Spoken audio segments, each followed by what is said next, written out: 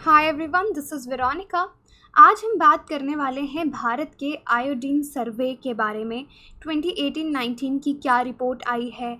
Iodine आप जानते ही हैं हमारी हेल्थ के लिए कितना इम्पॉर्टेंट है, बच्चों की हेल्थ के लिए कितना इम्पॉर्टेंट है। अब इस सर्वे की हाइलाइट्स पे हम बात करेंगे। कोई भी क्वेरी हो आप मेरे साथ जुड़ सकते हैं इंस्टाग्राम एंड फेसबुक पे, because I feel together we can make a huge difference. अब रेलेवेंस क्या है इस टॉपिक का, हेल्थ एंड एजुकेशन में ये टॉपिक आपका कवर होता है। ऑब्जेक्टिव इसका highlights of the report, iodine related deficiencies क्या हैं बच्चों में, ये आपको पता होनी चाहिए। फिर से मैं बता दूं कि टाइम आपको थोड़ा इस वीडियो को देना पड़ेगा, तो हम इस रिपोर्ट के बारे में भी डिस्कस करेंगे, आयोडीन क्या होता है ये भी मैं आपको बताऊंगी, और इसके साथ जुड़ी हुई बीमारियां क्या हैं ये भी मैं आपको बताऊंगी, राइट। अब देखिए किस कॉन्टेक्स्ट में आज मैं बात कर रही हूँ कि तमिलनाडु में हमने देखा कि लोवेस्ट कंजम्पशन जो है आयोडाइज्ड सॉल्ट का, यानी जो नमक है उसमें आयोडीन नहीं है, कम है। सबसे ज़्यादा तमिलनाडु में ये चीज़ देखी गई कि लोग आयोडाइज सॉल्ट नहीं खा रहे। ये जो सर्वे है इसको किसने कंडक्ट किया है, न्यूट्रिशन इंटरनेशनल ने किया है इन कोलैबोरेशन विद एम्स जो आपका हॉस्पिटल है दिल्ली में, and Indian coalition for control of iodine deficiency disorders यानी ICC-IDD। इन सब ने इनके कोलैबोरेशन में ये जो रिपोर्ट है ये तैयार की गई है। तो पहले मैं आपको बता दूं आयोडीन क्या है। देखिए आयोडीन क्या है, ये एक बहुत ही इम्पॉर्टेंट माइक्रो न्यूट्रिएंट है, ओके और ये हमारी मेंटल फिज़िकल डेवलपमेंट के लिए, ह्यूमन बींग्स के लिए बहुत ही ज़्यादा इम्पॉर्टेंट है। अगर आयोडीन का डेफिशिएंसी होगा तो उस वजह से बहुत ज़्यादा बीमारियां हो सकती हैं, डिसेबिलिटीज़ हो सकती हैं, डिसऑर्डर्स हो सकती हैं। सबसे इम्पॉर्टेंट तो आपने सुना होगा गॉइटर, राइट।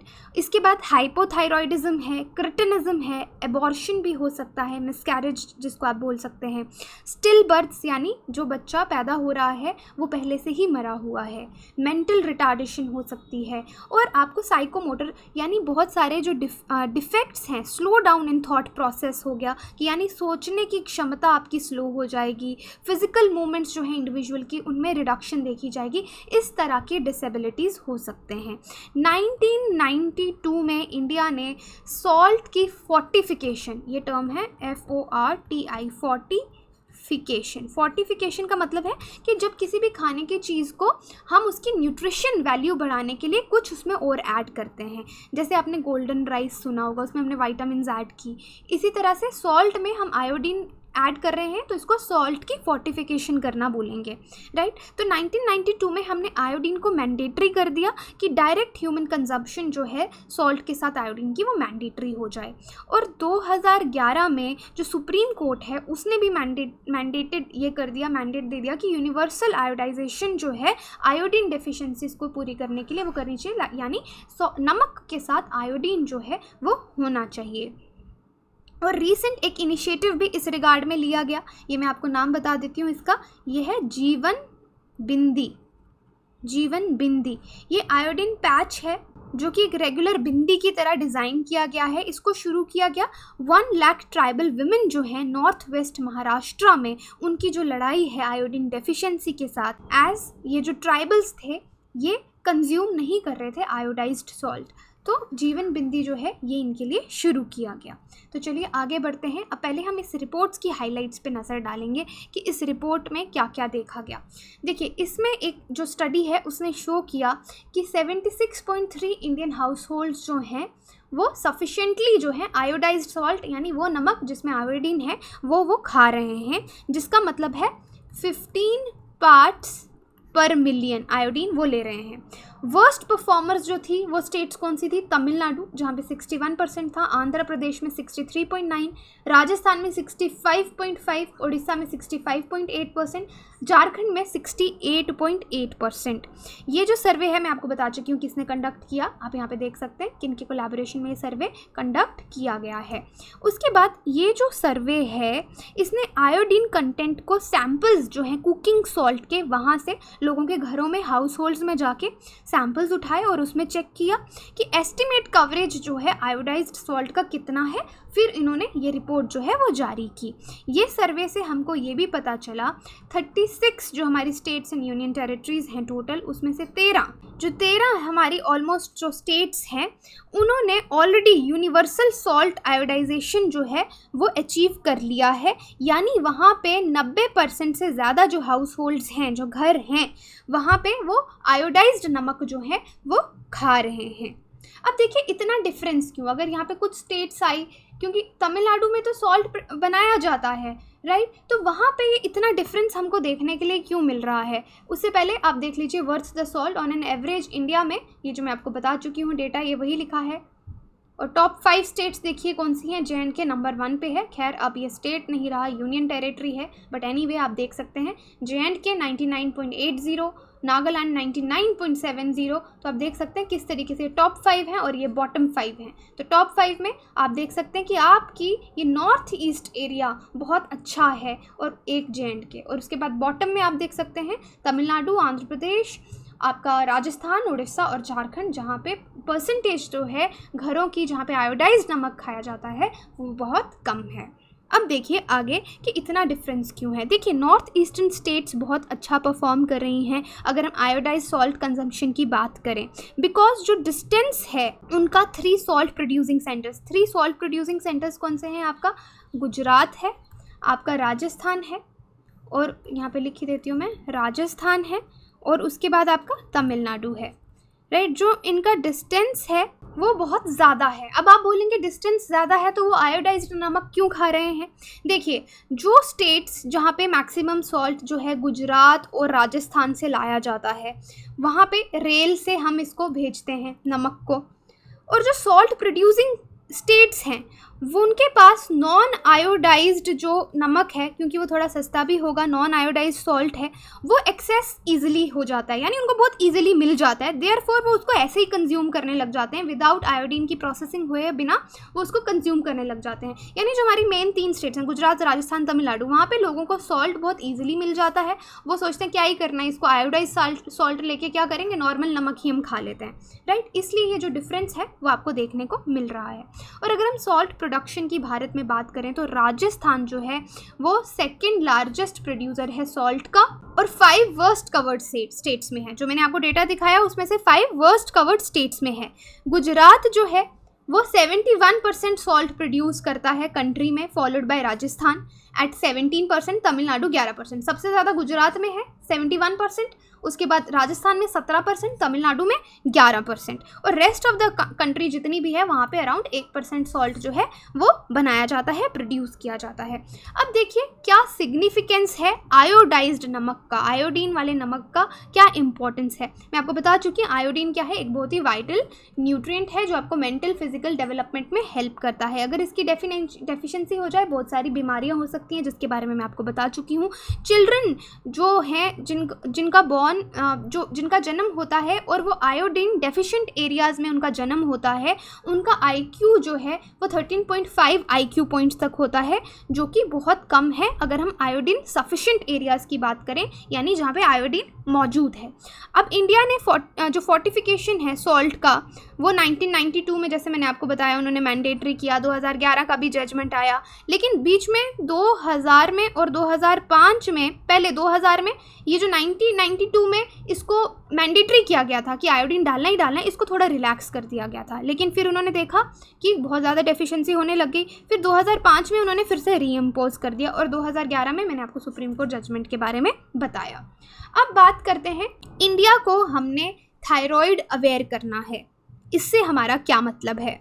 देखिए जो फेडरेशन है ऑब्स्टेट्रिक एंड गायनोकोलॉजिकल सोसाइटीज़ जो इंडिया की हैं, ये प्रोफेशनल ऑर्गेनाइजेशंस हैं, राइट। और एबॉट जो है ये मल्टीनेशनल हेल्थ केयर मेजर है। इन्होंने एक कैंपेन चलाया था, making India thyroid aware campaign. यहाँ पे इस कैंपेन का यही मतलब था कि जो लो अवेयरनेस है लोगों को, जो कि थायराइड रिलेटेड डिसऑर्डर्स जिनको होते हैं, इसलिए ये एम जो है ये जो कैंपेन है ये चलाया गया। यहाँ पे थायराइड की बात हम इसलिए कर रहे हैं क्योंकि थायराइड आपका आयोडीन से बहुत ज़्यादा इफ़ेक्ट होता है। अगर आप में आयोडीन की कमी होगी तो आपको बहुत सारे इश्यूज़ जो हैं थायराइड को लेकर वो हो जाएंगे, जिससे आगे जाके आपको डायबिटीज़ हो सकता है, थायराइड डिजीज़ हो सकती है। देखिए, goitre and iodine deficiency disorders जो हैं उनकी वजह से क्या हो सकता है, गॉइटर में आपको क्या हो जाता है कि एबनॉर्मल एनलार्जमेंट हो जाता है थायराइड ग्लैंड का, तो आपका गला बहुत ही स्वेल होने लग जाता है और एकदम से बहुत मोटा सा दिखता है। इसको एबनॉर्मल एनलार्जमेंट हम बोलेंगे। और मोस्ट कॉज जो होता है गॉइटर्स का वो लैक ऑफ आयोडीन होता है, कि हमारी डाइट में आयोडीन की कमी होती है। तो यहाँ पे जो हम common thyroid diseases in India, या फिर यहाँ पे थायराइड की जगह आई वुड से कि हम बात अगर करें कि आयोडीन की डेफिशिएंसी से क्या क्या बीमारियां होती हैं, तो एक बीमारी तो आपको याद रहेगी, गॉइटर होता है जो बहुत ही कॉमन है। फिर होता है आपका एक कॉन्जेनिटल आयोडीन डेफिशिएंसी सिंड्रोम, जिसको हम बोलेंगे कॉन्जेनिटल आयोडीन डेफिशिएंसी सिंड्रोम। ये मैं शॉर्ट में लिख रही हूँ आगे। इसको हम क्रेटिनिज्म भी बोलते थे पहले, इस चीज़ को हम क्या बोलते थे, क्रेटिनिज्म। ये एक कंडीशन है जो आयोडीन डेफिशिएंसी और गॉइटर से रिलेटेड है। इसमें मेंटल डेफिशिएंसी हो जाती है, इंसान बहरा हो जाता है, स्क्विंट यानी हमारी जो आंखें हैं, आपने देखा होगा कई बार वो थोड़ी एक जैसी नहीं रहती, हमारे आई बॉल्स हमको अलग अलग नज़र आते हैं, डिसऑर्डर्स हो जाते हैं, आपको हाइपोथायरॉयडिज्म हो सकता है और बहुत इस तरह की बीमारियां जो हैं वो हो सकती हैं। तो अगर किसी को आयोडीन की डेफिशिएंसी हो गई है तो उसको कैसे हम ट्रीट कैसे कर सकते हैं, तो हम आयोडीन सॉल्ट्स देंगे, इस तरह का खाना देंगे, फूड सप्लीमेंट्स देंगे जिसमें आयोडीन रहेगा। उन लोगों को हम बहुत ज़्यादा दूध पीने के लिए बोलेंगे, एग योल्क्स खाने के लिए बोलेंगे, सॉल्ट वाटर जो है फ़िश के साथ वो दे सकते हैं। इस तरह की चीज़ें जो है वो रिकमेंड की जाती हैं। और यूजुअली कौन से एरियाज़ हैं जहाँ पे आयोडीन की डेफिशिएंसी जो है वो देखी जाती है, आपके जो रिमोट रूरल एरियाज़ हैं वहाँ पे देखी जाती है, या सेमी एरिड इक्वेटोरियल क्लाइमेट्स हैं। देखिए, अगर हम जर्मनी की बात करें, इंडिया को छोड़ के, जर्मनी एक ऐसा देश है जहाँ पे बिलियन ऑफ डॉलर्स जो हैं वो हेल्थ केयर कॉस्ट पे हर साल जो हैं वो खर्चे जाते हैं, वो भी स्पेशली आयोडीन डेफिशिएंसी के ऊपर। तो इसके लिए देखिए क्या रिकमेंडेशंस जो हैं वो दी गई हैं, कि जो जैसे अभी चल रहा है कि आयोडीन कितना किसको लेना चाहिए, मैंडेटरी है, उसको हमने वैसे ही रखना चाहिए करंट लेवल से, ताकि कि आयोडीन का जो स्तर है वो पॉपुलेशन में कम ना हो। और जो गैप्स हैं, करंट गैप्स अगर हमें स्टेट्स में दिख रहे हैं, डिफरेंट यूनियन टेरिटरीज़ में दिख रहे हैं, तो हम रिकमेंड करते हैं कि जो स्टेट्स हैं और सेंटर है उसको मिलके काम करना चाहिए, ताकि हम इसको प्रॉपर्ली एड्रेस कर सकें। चलिए, यहाँ पे एक चीज़ मैं आपको और बताती हूँ। एक national iodine deficiency disorder control programme जो है वो भी शुरू किया गया था। इसका नाम था national iodine deficiency disorder control programme, right. देखिए, जो IDDs हैं यानी आयोडीन डेफिशिएंसी डिसऑर्डर्स हैं, वो एक सिग्निफिकेंट प्रॉब्लम है पब्लिक हेल्थ के लिए इंडिया में। जो हमारी पूरी पॉपुलेशन है वो एक्चुअली बहुत ज़्यादा प्रोन है आयोडीन डेफिशिएंसी से, क्योंकि जो हमारा सॉइल है सब कॉन्टिनेंट का, या फिर प्लांट या एनिमल सोर्सेज हैं जहाँ पे फूड हम ग्रो करते हैं, वो सब आयोडीन डेफिशिएंट है। इसलिए जो IDD का ये आयोडीन डेफिशिएंसी डिसऑर्डर्स का पूरा स्पेक्ट्रम है कि डिसेबिलिटी, डिजीज़, इसमें आपको जो मैंने सारी बीमारियां बताई इतनी सारी, वो सब इंक्लूड होती हैं जिससे हम छुटकारा पाना चाहते हैं। अब ये जो IDD इंडिया का कंट्रोल प्रोग्राम है, ये एक basically public health success story भी रही है, क्योंकि जैसे मैंने आपको बताया बहुत सारी स्टेट्स हैं जहाँ पे 90% से ज़्यादा हाउस होल्ड्स आयोडीन यूज़ कर रहे हैं, तो ये एक सक्सेसफुल बात है। इसी तरीके से हम नेशनल गॉइटर कंट्रोल प्रोग्राम भी चला रहे हैं, जिसको NGCP बोला जाता है। ये भी हमारा एक बहुत पुराना नेशनल प्रोग्राम है जो टोटल एलिमिनेशन करना चाहते हैं हम IDD की। इसको 1962 में लॉन्च किया गया था। देखिए, इस तरह से ये जो सॉल्ट को आयोडाइज करने की बात है, ये जो इंटरवेंशन स्ट्रैटेजी है, ये दुनिया में पहली बार यूनाइटेड स्टेट्स ऑफ अमेरिका में शुरू की गई थी और स्विट्ज़रलैंड में 1920s में।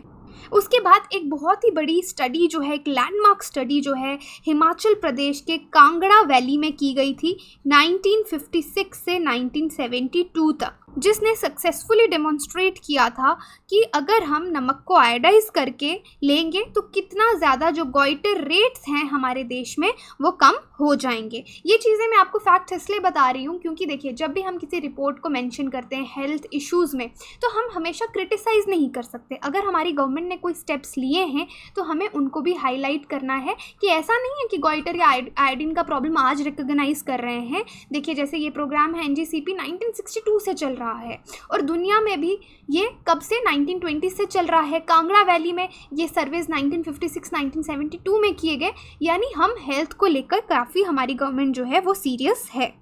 बट ये सारी चीज़ें बता के आप बोल सकते हैं कि फिर भी हमको एक रिन्यूड फोकस की बिल्कुल ज़रूरत है कि हम और भी ज़्यादा जो मार्जिनलाइज्ड पॉपुलेशन है या जो स्टेट्स में हमें दिख रहा है कि आयोडाइज्ड जो सॉल्ट है लोग नहीं खा रहे, हम उस तरह की पॉलिसीज़ लेके आएँ ताकि हम कंज्यूमर लेवल तक पहुंच पाएँ। स्टेट लेवल कोलिशंस जो हैं वो इसमें हेल्प करेंगी। और कंक्लूजन में हम इसके ये कह सकते हैं कि जो एलिमिनेशन है IDD यानी जो आपके आयोडीन डेफिशिएंसी डिसऑर्डर्स हैं, ये बिल्कुल पॉसिबल है। वैसे भी हमारा IDD कंट्रोल प्रोग्राम भारत में एक सक्सेसफुल स्टोरी पब्लिक हेल्थ को लेकर रहा है। करंट रेट मैक्सिमम स्टेट्स में 90% है और ये जो सक्सेस स्टोरी चल रही है, हमने इसको रुकने नहीं देना है। जो गवर्नमेंट है, जितने भी स्टेक होल्डर्स इन्वॉल्व हैं, जितने भी पार्टनर एजेंसीज इसमें इन्वॉल्व हैं, उनको साथ मिलकर लास्ट माइल तक साथ में जाना चाहिए।